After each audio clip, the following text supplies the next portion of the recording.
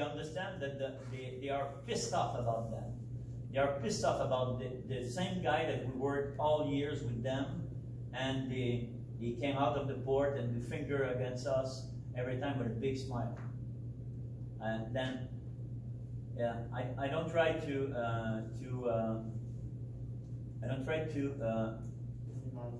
minimize the fact that it's happened, and we take responsibility for that.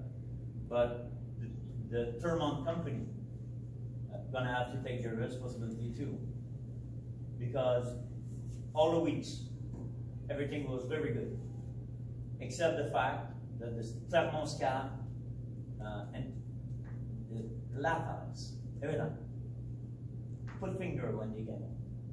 I called Martin Tessier, the president of the MEA, twice this week, and I have big respect for this man. I have big confidence in this man for the future. And I said, Martin, try to convince Thermon, because it's going to turn bad. They provocate them. I know that members are, we have an expression in French, sanguine. You know, they're hot-tempered. Sorry? Hot-tempered? Hot-tempered, for sure. And I know that. I said to Martin is not going to let us with a good relation for the future. When we're going to return to work, it's going to be a bad atmosphere in the Thermon company, for sure. Not only for the first day, probably for a decade. You could not do that and believe that everything is going to be funny and the same thing after that. The guy who takes this decision, or the person who takes this decision, had a very short view story. And I have a lot of words in French to qualify that, but in English, I'm going to pass my turn. So, just to be clear, were there punches thrown? Were some people attacked after things escalated? With one of the union members being on the hood and everything, things escalated. What do you know about punches being thrown or people being robbed or things of that nature? What can you say to that? The only thing I know is people say that the longshoremen attacked the man and woman inside the car. I don't see any attack, any physical attack. And like I said in French, I'm going to let the police do their investigation. But at the same time, as a union, we recognize some of our members on there are a kind of amateur video running now on one of TV plays, and we're going to ask questions. But since yesterday, we didn't sleep a lot. We tried to ask people as we know what happened. The union had a kind of crisis suggestion to do all the days, but we're going to ask questions in the future day to see what really happened. But for the physical attack, I don't see nothing, and I'm going to let the police do their investigation, because I'm not the police and I'm not the judge. My last question would be, how worried are you that this will have a negative impact on negotiations? What happened yesterday? I'm sure 100% that it's not going to have impact on the negotiation table. Yesterday we was on the negotiation table. The employer was there. The union received a call at the negotiation table that it turned bad. It turned as a big tension. I already called the employer to came outside to speak to me. I said, "Did you heard the same thing that me?" He said, "Yeah, okay." So look, every week we're gonna have a 2-hour investigation of what happened, and we're gonna finish the negotiation today. And it was a very normal discussion that we had. I know the employer gonna do their own inquiry for sure, as every employer gonna do. But I don't think it's going to have any impact on the negotiation table. The impact about the Thermon atmosphere at work, it's not the event of yesterday.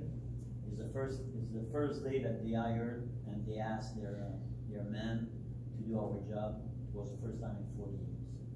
And they're gonna have to leave with it. There was, Termon, like I said, was the previous company for the longshoremen on the waterfront. There was a kind of a preferred company, Termon.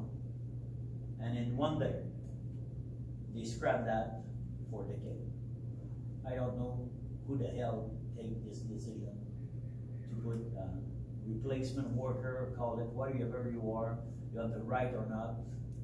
It was, I think, the baddest decision for this company, and they're gonna have to live with that. Longshoremen have big memory, and sometimes we do a kind of extra in the work, and they scrap their reputation for a decade in just one day. I don't know who the hell take this craziest decision.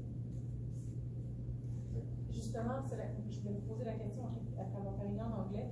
Monsieur Tessier, dans sa conférence de presse, a insisté sur le terme « c'était pas des travailleurs de remplacement ».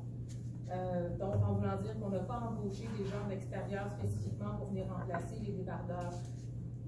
Qu'est-ce que vous pensez de ça? De ce que je comprends de ce que M. Tessier a dit, ça semblait être dans les règles de ce qui est possible de faire, de demander à des cadres d'y aller. Je vais vous répondre en 2 temps. Il n'y a pas de loi anticipable au fédéral, M. Tessier a raison. Les compagnies maritimes pourraient embaucher des travailleurs de remplacement, il a raison. Il y a le cadre légal et il y a le cadre éthique. Il faut tenir compte aussi lorsque les travailleurs et les travailleuses exercent une grève légale. Quand j'ai discuté avec M. Tessier, la première fois, il m'a dit « Michel, il va y avoir 6 à 8 personnes. » Mais j'ai dit « Martin, veux-tu bien dire what the fuck ils vont faire comme travail avec 6 à 8 personnes, on est 1125. Qu'est-ce qu'ils ont dans la tête? Ils font en une journée ce qu'on fait en 20 minutes comme conteneur. Il y a un code d'honneur à un moment donné en relation de travail. Ça fait 50 ans que le syndicat et le patron s'accompagnent. Pire qu'un mariage, pire qu'une relation, on est condamné à s'entendre. On est condamné à avoir l'employeur comme conjoint et ils sont condamnés à nous avoir comme conjoint pour les prochaines décennies. Alors, quand on pose des gestes de même, il y a aussi la valeur éthique du geste qui est posé. Puis, le sens de l'honneur en relation de travail. Ce que M. Tessier a, mais ce que la compagnie Termon indiscutablement n'a pas. Et la suite des choses? On va poursuivre la négociation la semaine prochaine et le syndicat analyse à chaque jour sa stratégie syndicale pour influer sur la table de négociation. Merci. Merci à vous tous de vous être déplacés. One question in English? Yeah. Why are you on strike? Why? What are the reasons you're on strike? To put pressure on the negotiation table and to try to change, to put economic pressure on the negotiation table and try to influence the employer to change their position. Because the answer that they give us, we didn't like the answer. We didn't like the fact that he gave us the same answer weeks after weeks. And as long as this is a legal strike, and the employer has the right to lock out at the same time. The right to strike and the right to lock out is to try to put economic pressure against our adversary on a negotiation table. And that's why we put that pressure, try to influence the negotiation table. That's the only reason. And could you just say your name and position again? My name is Michel Murray. I'm the QP rep for the Longshoremen Union, former longshoreman myself. I began on the board at 16, and I'm very proud to represent all the longshoremen. Merci beaucoup. Merci à vous. Il y a